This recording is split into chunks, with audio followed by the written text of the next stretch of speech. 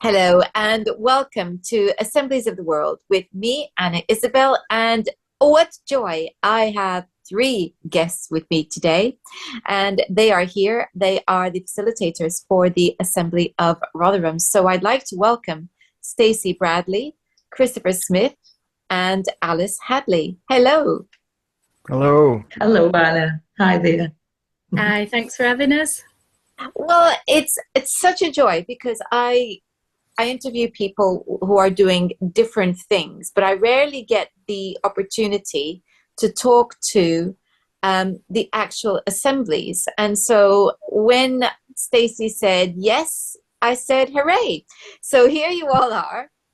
And I guess maybe it might be good to think about people who are wanting to do what you have done but don't really know how to start. So how did you go about creating this assembly? Shall I go first? Yes, Stacey, go ahead. Thank you. Goodness, I'm trying to think when I actually came across the Community Assembly of the British Isles, but when I did, it was a eureka moment. Everything I read just resonated on the website with me about what they've been doing, especially down in Cornwall, what they're doing across the rest of the UK and across the world as well. And, from the meditation side to raising the frequency, the vibrations, to the health initiative, which I'm very passionate about. And then obviously being more in control of what we're eating and the source of that as well. So it was really, it just ticked all the boxes for me. We've been very proactive, and especially myself and Chris have known each other from day dot of me awakening in Rotherham, and we've kind of stayed in contact, and then we've met Alice along the way as well. And I knew this for me was what we needed to do in this area, because we've been very proactive for the last 3 to 4 years. We've done a lot of outreach, we've given out a lot of papers, we've had our own meetings, but there was nothing behind it to help us, go in the right direction to build an alternative parallel future. So for me, like I said, it was just, this is what we need to, become part of. And I spoke with Christopher, I spoke with Alice, who are both very passionate, caring and loving people. And I thought they'd make great facilitators for Rotherham to get us off the ground and move in the right direction. And that's where we are and where we're heading. I think that's the thing, isn't it? Because, we've all been kind of wondering what to do. And with everything breaking down, we know it's a deliberate effort to break things down in order to present the savior solution. And yet we know that that's definitely not the solution, that the solution lies with us. And so we need to get busy building the world that we want to see, rather than the solution that's presented to us, which really is the path to tyranny. So this is the choice.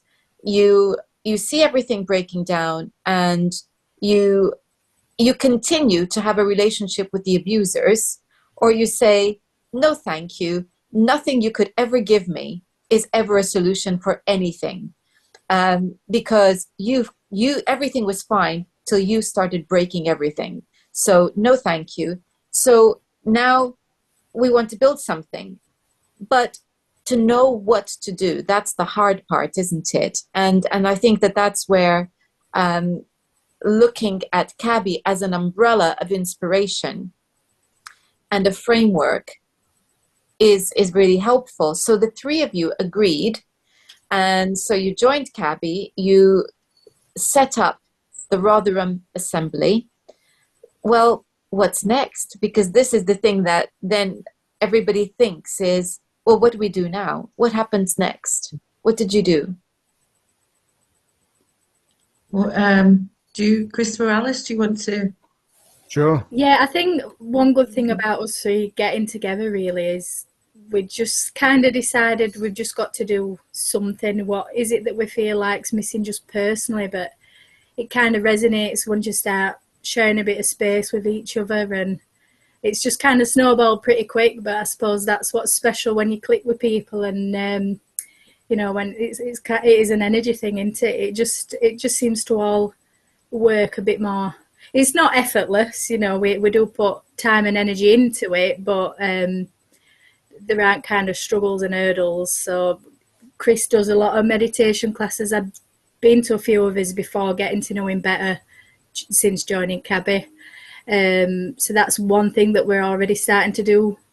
I actually got to know Stacey just through her work on being a blood analyst, but she's just become a good friend. She's just one of them people that once you meet her, you can't not love her. So it's just been great, really. Yeah, it's just exciting knowing that we're just putting a lot of things in place, and it's quite a Yorkshire term, we're winging it, but in a good way. We're all figuring it out as we go along.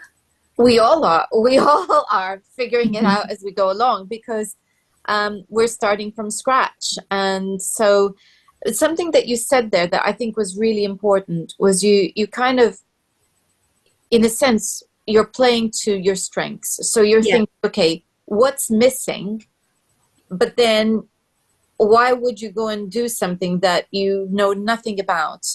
So I always say, it's what we need to do is do what we're doing, but bigger. So we're not adding to our workload, but what we are doing is expanding what we're already doing to include more people. And I think that's what I'm hearing from you there is we're doing what we were already doing, what we're passionate about, and bringing that forward.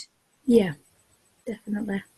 And you were talking about Christopher, you were already doing meditation. It's just that now you're doing it again, bigger. Yeah.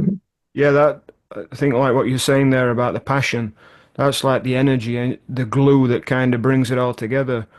And as you were saying, in terms of how this developed, there's some greater intelligence, some greater force at work, isn't there? We all know this, and this is the source of what we are, and the source of that's at the heart of all life itself. And as you start to connect and flow with that, and you have the right intention, all of these things just start to come together by themselves. And then you follow the next action, and you take the next action. And I think that the more that you're able to kind of relax and be in the surrender of that flow, it becomes more effortless. So rather than it becoming a struggle, things become more effortless. And like you were saying earlier, a lot of people focus on resisting what they don't want, rather than focusing on actually what do we want to create, and allowing that creativity to come through, that life force energy creativity to come through. So yeah, we've each one of us have got different skills and abilities, and if we can offer that in a collective way for the benefit of all, which is what we are doing, and what I believe Cabby is doing, and that's what resonated with us so much with Cabby, is the fact that it's already been doing that and had success with that, and has been building and spreading. So why not get on board with that? Why not align with that? So that's what stood out to me and what really resonated with Cabby, and the fact as well that Cabby doesn't just focus on what you might call the more tangible actions of things, but is also looking at that underlining frequency and energy and consciousness side of things. And that really resonated with me, because that's something that this one has felt to kind of focus on a lot. Yeah, I am totally with you on that. When I first came across Cabby, I was watching John in interview, and it was the spiritual element that made it stand out for me, because it's what we are looking at creating is a spiritual way of life, not a religious way of life, and nothing to do with diktats, but it's when we're talking about following natural law, that is a spiritual way of being, and it's the beginning of everything. So I think that is very important. And now, coming round to the three of you. So here you are, the three of you. You have you begin to form a vision of the kinds of projects you might like to do. It can't just stay the three of you, otherwise it's three friends getting together. So how many of you are there, and how have you gone about building your community, your assembly? In terms of how many of us there are now, I did catch up with John last week, and when we spoke, if I can recall correctly, there was 54 members for Yorkshire, not just Rotherham, but Yorkshire, because we're fairly new and we're growing. We had a second meeting in December, which was amazing actually, because we're now forming with the other assemblies, so the Sheffield, the Barnsley, the Cleethorpes, the different areas. We're all coming together. It's like we're all being, drawn together, which is amazing. But so we've got two meetings scheduled for January, which we're doing an evening one and then a Sunday afternoon to try and, cover a wider audience, if you like, and hopefully get more people along. Do you guys want to add anything to that, Christopher, Alice? Yeah, I mean, I think that the vision, the vision that we have is to, as Cabby has, which is this parallel system, a parallel way of life that gives that can cover all the different areas that are obviously necessary for a community to grow and flourish. Of course, the food side, something we're looking into is to do with food banks, so the food security side. Something that Stacey has been doing a lot of is the organic food and the food boxes, veggie boxes, fruit boxes, things of that nature. So we're looking at trying to cover as many different things as possible, and kind of have things together in one place as well. I think that's important. For so long, things have been sort of spread out. Now, it's a funny one because, of course, one thing that we're all aware of is that there are other forces that would like to bring everything together as one thing. And maybe that's not a bad idea, but it's just, who is it that's in control of that? Who is it that is running that? Is it the people for the people? Or is it the big corporations and the governments and that are doing it for their own profit and for their own control? So in some ways, the way I see it is, we want to bring things together in this kind of unity where all different communities are working together, maybe where there's decision making happening not just in some kind of central way, but more in a decentralized way. Whereas it looks like the other side wants a centralized system, And that's a huge difference, isn't it? Because we're not talking about a centralized system. We're doing exactly that. We are talking about a decentralization, which is groups of people working together. Yes. So it's about harmonizing and collaborating, so to generate for each community what is needed for people to actually thrive. So that's a huge difference, and I'm really glad that you highlighted that difference, because the language that is being used by those who would control everything is not dissimilar, because what they do is they misrepresent what they are intending to do by hijacking and manipulating language. And we need to be very careful that the language that we use is not just very pure, but we need to make the distinction between our vision and our aims and the language that is being co-opted by those who are misrepresenting their intentions. So if you think about words like inclusion and sustainability and cohesion, they all sound brilliant. And it sounds like just like what we're saying. But actually, no. That's like saying you'll own nothing and be happy, right? That's what that means. It's not what we're talking about, because what you're talking about is people coming together, yes, but not as one, as diverse communities joining up and collaborating. And I think that's a very different thing. So I'm really glad you brought that point up. Brilliant. Yeah, that's something that resonates with me as well for that reason, joining Cabby.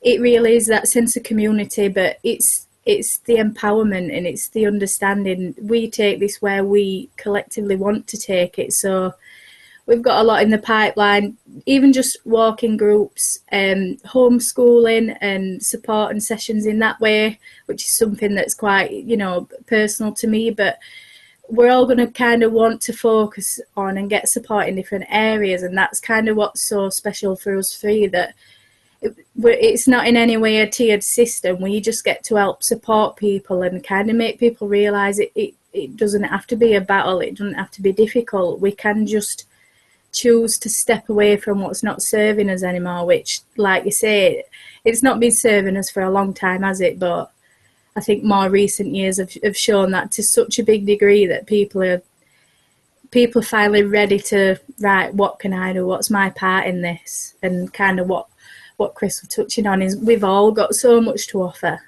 It's just that actually having a bit of faith and just having the space in the community to know that you can just try things and see what works, really. So you kind of jumped ahead and you were talking about, you know, the other assemblies that you're kind of joining up with in different areas. But I want to focus on your area for the moment. And I want to get an idea of how many of you are in your area. And so that we can get a sense of what you're creating just through Rotherham Assembly initially. I said when I spoke with John, we were around the 50, we'll say mid-50s mark, so that was a few weeks ago. So I don't actually know where we are up to now, but I'm hoping we've had a few more members join. We have a social media group that's got over 450 people in it. And so I'm very proactive on that side of it. And Alice has set up a Telegram page. So we've got another platform and another channel, because a lot of people are not on Facebook. They may be on, you know, Telegram or vice versa. So there's a lot of work to do yet. We've got a lot of work to do, but even things like, so Christopher mentioned the food distribution network. So yesterday, I've got a collaboration with the pharmacy co-op, which are based in Derbyshire, and you know, it was just literally a random email. I came across them, thought, yes, we need organic fruit and vegetables. You know, as somebody myself that, you know, looks after my family as well as I can, and helps, you know, other people make better choices. You know, where we are in Rotherham, there's just there are greengrocers, but they don't sell anything organic, and you know, and of course we avoid the supermarkets where possible. So coming across the pharmacy co-op, I was just blown away. So I got in contact with them to, you know, discuss about becoming a collection point, which would mean a wider distribution coverage to give people in this area a chance to be able to buy good, clean, organic, you know, fruit and vegetables. And so I was invited down there a few weeks ago, went to meet with the guys that are running it, and they just the kindness and what they do, because it's all volunteering. Nobody gets paid from this. They're not for profit. So every couple of weeks, a team of people go and volunteer, go down there, pack everything up and get it out to local communities. So yesterday was our first official orders for this area, and we've got 20 orders. So I got down to Bakewell, which is in Derbyshire, for 8 o'clock in the morning. And I literally didn't even look at my phone until 1 o'clock because we were that busy, you know. But it just being around so many like-minded people that are all giving up their valuable time to come and make a change, because again, like we were speaking about, it's all about us, the people. And if we want to change, we know what we've got to do, and that means working together to achieve what we want. So it was an amazing day, and I absolutely came away from there yesterday on such a high. Just the energy's been at meeting so many incredible people that literally started this 4 years ago, you know, during lockdown, because they knew that we needed to do this ourselves. So yeah, so going forward from that, I'm really excited about our collaboration, you know, getting bigger and more orders. But with that, we also need to find more local suppliers as well. So that's something else that we're definitely going to be focusing on in this area, because obviously as demand grows for that, as people do, you know, become more educated about what they are eating, they're going to want, you know, more choice.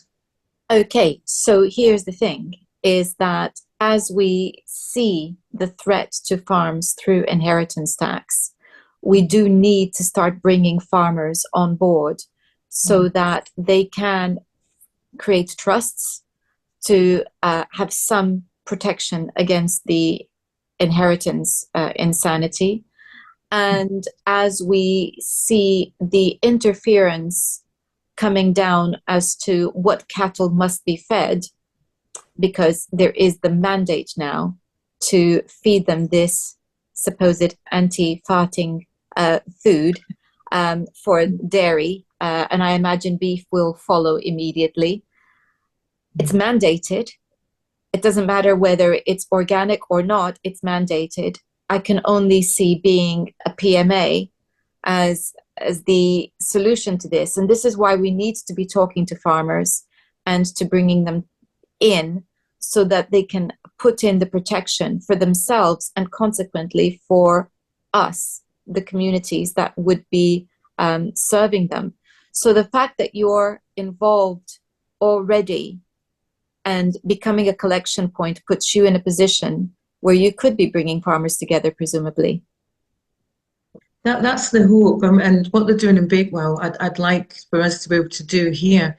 And again, because as things get a bit wilder, shall we say, you know, the more networks and the more communication and the more people that understand what's going on, the stronger our structure will be. And I like to say less damage limitation in some ways, you know, like I said, we've already got those systems in place. We leave everything else doing what it's doing and we just focus on what we're doing and keep moving forward. You've highlighted food because clearly that's a very pressing issue. It's the issue of the moment. And of course, we have many issues because there's many moments coming at us all the time. So food and I would say health is the other one. So, and you mentioned being involved with a health initiative. So tell us about that. Yeah, so the health initiative, we've got, well, I'm a qualified live and dry blood analyst, so I analyse blood, and that I can tell you there's a lot of misinformation out there as well. But so you can analyse the blood, which is a great starting point to understand the current conditions of what's happening in the body. So I also work very closely with some other amazing CABI members that have got a healing clinic in Wakefield. And we've got a hyperbaric oxygen chamber, we've got a Rife machine, we've got an infrared sauna, and we've got some other amazing natural and holistic healers that are all working together. And the idea is to create, again, an alternative hub to give people a choice so that, you know, we don't need that system anymore. We have this in place. So there's a lot of natural and, again, holistic healers that are kind of being drawn to us. Which is great because I believe they're meant to find us, which is allowing us to get a bit of a directory in place, which is something else that I'd really like to, you know, move forward with in this area, just to give people that alternative choice, which is very much needed. Just to say in terms of health, Christopher leads our weekly Monday meditation sessions, because meditation and breathwork are all a very big part of this and dealing with previous trauma and stress of the world as well. So maybe Christopher can talk to us about that. That would be great. I'd love to do that, and I will. But before we do that, how are you doing this? Do you have premises where everybody is, or is everybody working independently? Currently, right now, we don't have any premises. No, we're all working independently, and we've got a friendly pub that we use for meetings. Um, we do have some land that we can use, but unfortunately, this time of year it's not great. But for the summer, I'm confident we'll be able to do a lot more on the land and get a lot more people together for more events, and again, meditation and breath work and things like that. Currently, our meditation sessions are over Zoom at the moment. Um, yeah. So this land that you have and you're hoping to use for some fun for some fun get-togethers. Do you all own it jointly, or is it one of you who has it?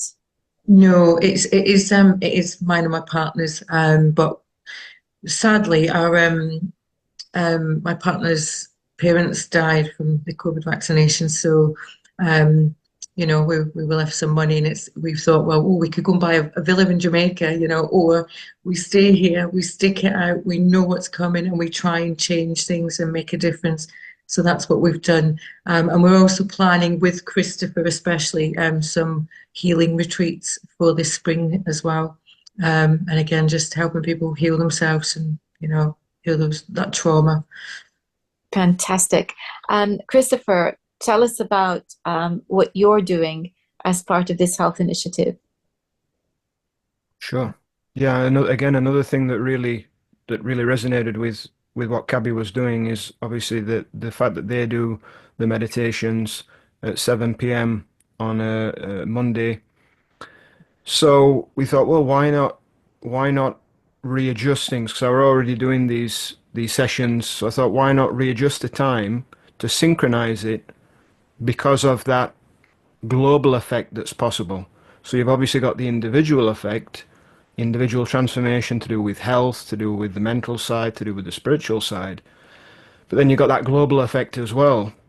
So that's what we started doing, and we started doing the just on Zoom to begin with, because also there are a lot of people that I was working with globally from many different countries. So we thought, why not get everybody in together?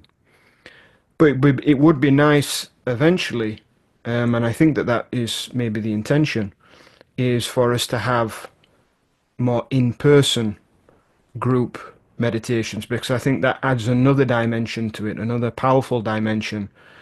It's great to do it online, and that is powerful, but I think it's even more powerful when you get people together in a room together with that shared intent, everybody interacting with everybody else's energy field, and the ability for people to support each other in person together. I think that's really powerful.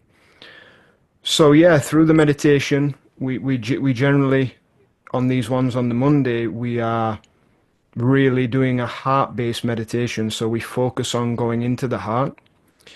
So we might be looking at things like contemplating doing a guided meditation on gratitude, for instance, or it might be on compassion or kindness, or sort of divine love, the concept of divine love.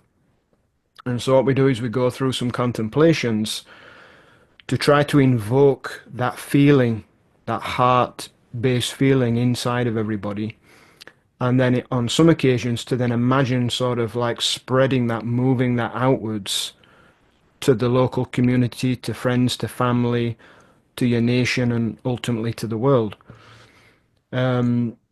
So I think, as we know, meditation is really good for the well-being side, because just the fact that it relaxes you helps to take you out of the mind more into that deeper sense of presence, or even just into the body, takes you out of those restless thought processes that so many people are in. I mean, one staggering statistic is that the average person has about 30 to 60,000 thoughts every day, and about 95% of those are negative, repetitive thoughts. So these are the thoughts that have been taken on, obviously, from society. Everyone has been conditioned and programmed to take on these thoughts, and then these thoughts play in the mind almost like a broken record. So meditation, of course, can help somebody to reduce that significantly. And because the brain uses 50% of oxygen in the body. When people are having all of those thoughts, that's using so much energy. A tremendous amount of energy is being lost and wasted. So if that can be significantly reduced, then they get all that energy back. And of course, then with all that energy back, you have greater health and vitality. So to me, there's so many dimensions to it in terms of the benefits of meditation on that physical level, the health level, the mental health level, and then of course the spiritual dimension of it as well, you know. And of course, you talk about thoughts, but we could equally be talking about emotions, because it's the quieting of the mind is the quietening of emotion, because the two are, we like to think that they are separate, but they're not, because emotion drives the thought process, and then the thought process reinforces the emotion, and it gets into a vicious circle. So the brilliant thing about meditation is that it kind of interrupts that cycle of thought, emotion, thought, emotion, thought, emotion. Yes. And it just breaks that. And when it breaks that, it allows the body to reset back into the parasympathetic nervous system, which is the calm part of the nervous system that needs to that we need to be more engaged with, because when we're totally in the sympathetic most of the time, what it means is that our nerves are shot, really, and we become much more reactive and consequently much easier to manipulate. And and that's really important, because in our movement, we think that we're not being manipulated because we know what the agenda is. Hey, newsflash, keeping us in fear manipulates us more, because it robs us of our energy.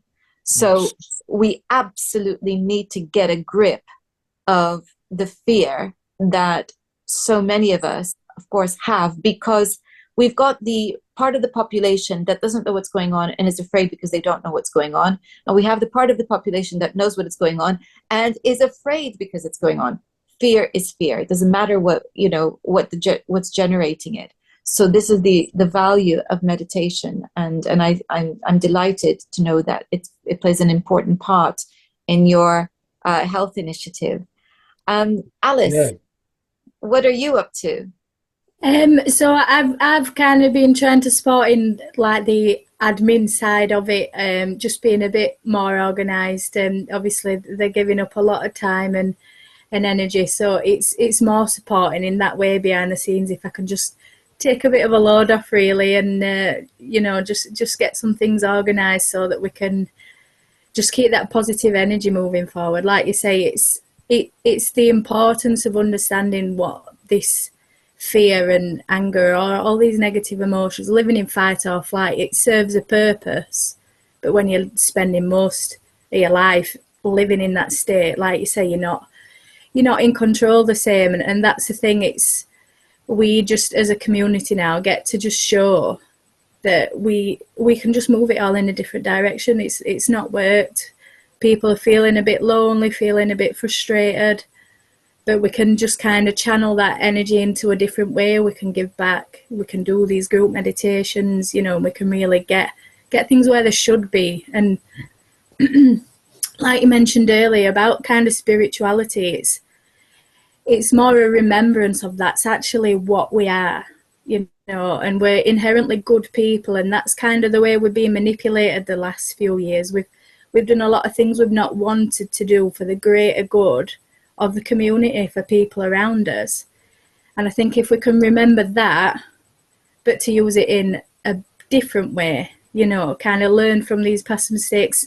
Mistakes are mistakes, it's life, but if we can learn from it, channel it in a different way, serve ourselves as much as a community, it's something special. And that's kind of what's so special about, I literally feel like I stumbled across this group. When Stacey rang me, honestly, it was literal as I'd been meditating the night before, and kind of given thanks and set my intention and gratitude that I were going to get something fulfilling for me, but that were kind of for the greater good, to be of service to others, you know. And it would just put that out there, and then Stacey rang me the next morning, I want a quick chat, and it's just all spiraled from that. But like you said, there's no coincidences, but it's just lovely being in that flow and letting things take over. It's nice seeing it all unfold. You are all volunteering your time.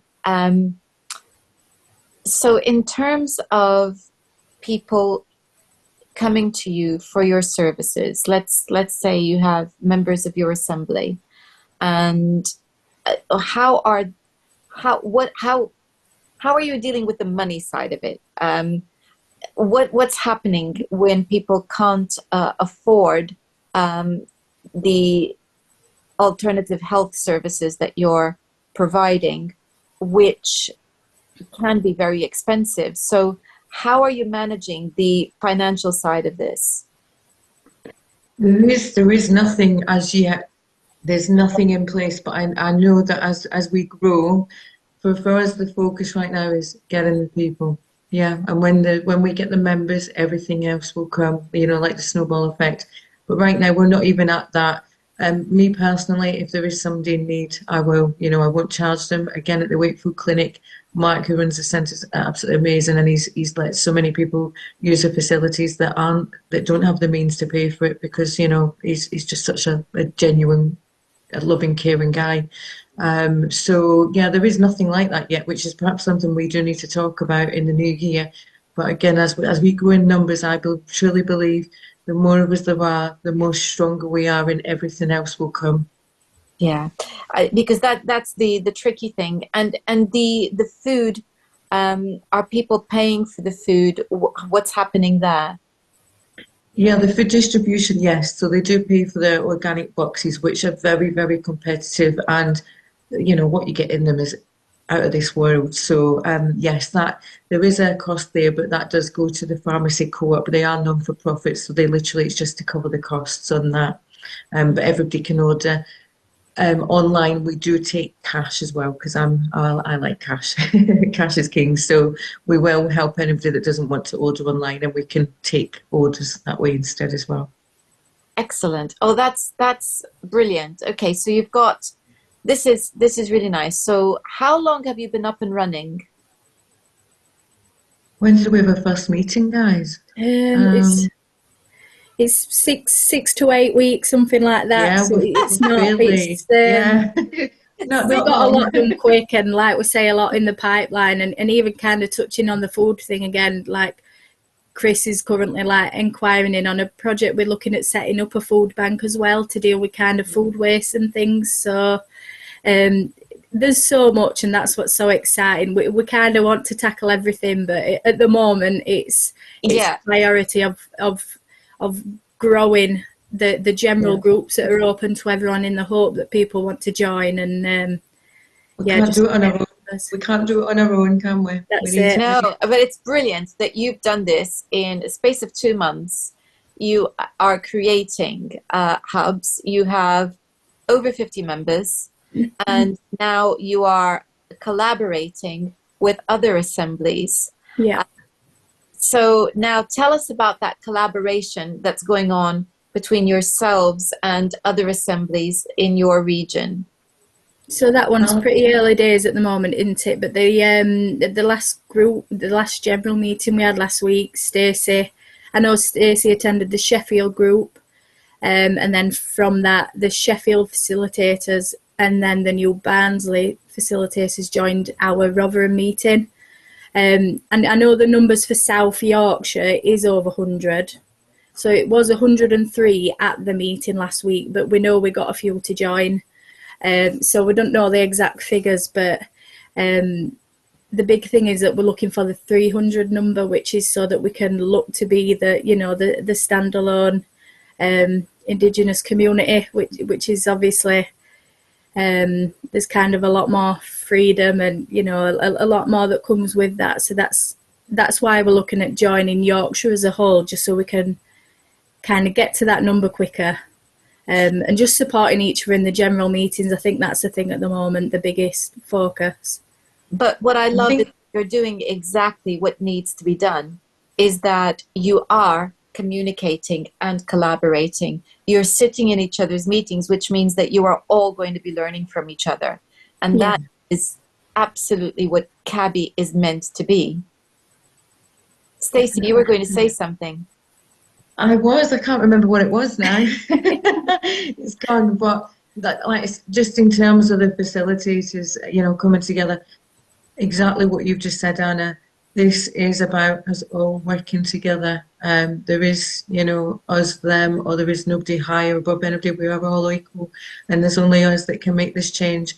And, for anybody watching that's considering becoming a CABI member, I'd say, don't sit back any longer. Join us, come and help us build the future that we need and we want. There's only us that can do it. Nobody else is going to do it for us. So come and get involved. We'd welcome everybody. We need help. You need help in Rotherham. You need help all across Yorkshire.